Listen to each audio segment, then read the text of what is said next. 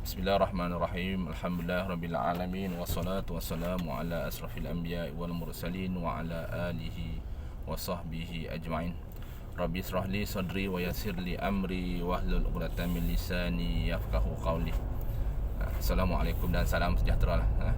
Salam kasih sayang kepada semua rakan-rakan yang sudi meluangkan masa untuk mendengar sedikit tazkirah saya pada pagi ini.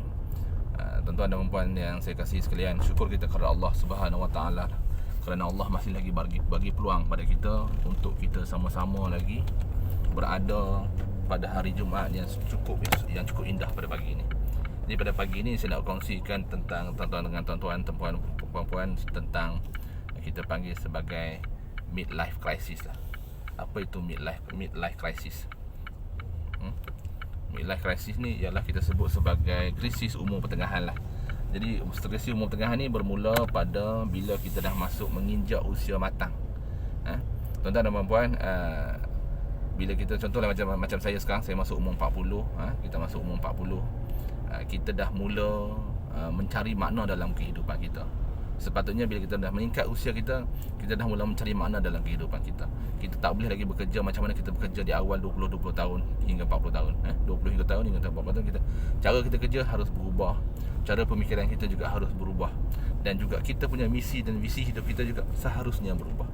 Kita tak boleh bawa kita punya target kita, sasaran kita yang 20 tahun dulu. Kita kena ubah sasaran kita kerana saya nak bagi contoh lah. Sebagai contoh lah, seorang pemain bola yang hebat.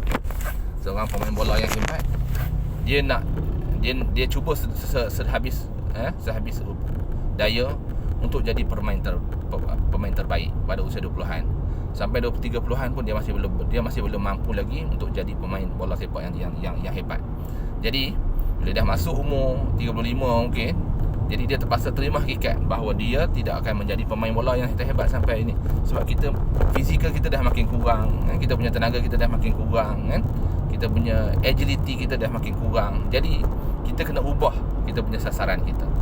Kalau sebelum kalau dia gagal untuk jadi pemain bola yang hebat, dia boleh cuba untuk jadi pengurus bola yang hebat. Jadi kita masih lagi dalam bidang bola, tapi kita ubah sasaran kita. Kita ubah sasaran kita. Dia nak jadi pemain bola yang hebat, ubah sasaran untuk jadi pengurus bola yang hebat. Dan mungkin dia akan berjaya di peringkat menjadi pengurus bola yang hebat kerana dia mengalami pengalaman nak jadi pemain bola yang hebat, gagal. Dan mungkin dia memahami pemain-pemain yang ada motivasi yang kuat untuk berjaya, dan dia boleh push pemain-pemain yang macam ni.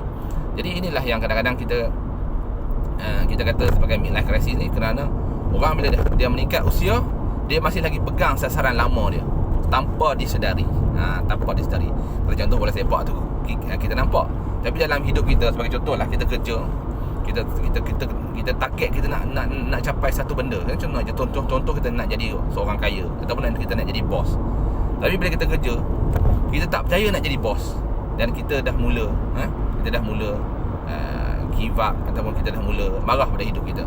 Jadi sebenarnya kalau kita tak berjaya di peringkat mana pun hidup kita, bila kita sampai umur kita panggil umur matang ni, kita kena bertindak cara matang kita lah. Cara matang ni macam mana? Kita kena terima hakikat bahawa hidup kita yang kita ada sekarang, kita kena hargai apa yang kita ada sekeliling kita.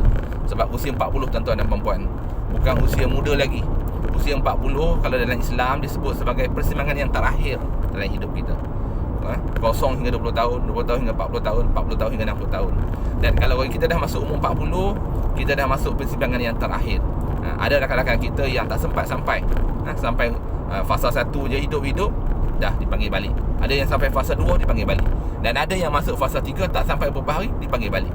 Dan sebenarnya kita kena sentiasa muhasabah diri kita, sentiasa ingatkan diri kita bahawa hidup kita ni bukan milik kita, milik Allah Subhanahu Wa Taala.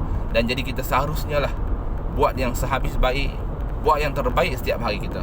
Setiap hari kita kena sentiasa mohon ampunan pada Allah Subhanahu Wa Taala. Setiap hari kita kena cuba buat benda yang baik.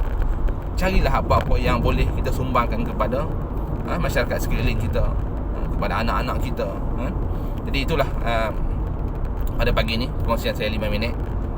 Semoga ada manfaat pada rakan-rakan sekalian. Dan kita jumpa lagi pada esok hari, insya-Allah. Sekian, terima kasih. Assalamualaikum warahmatullahi wabarakatuh.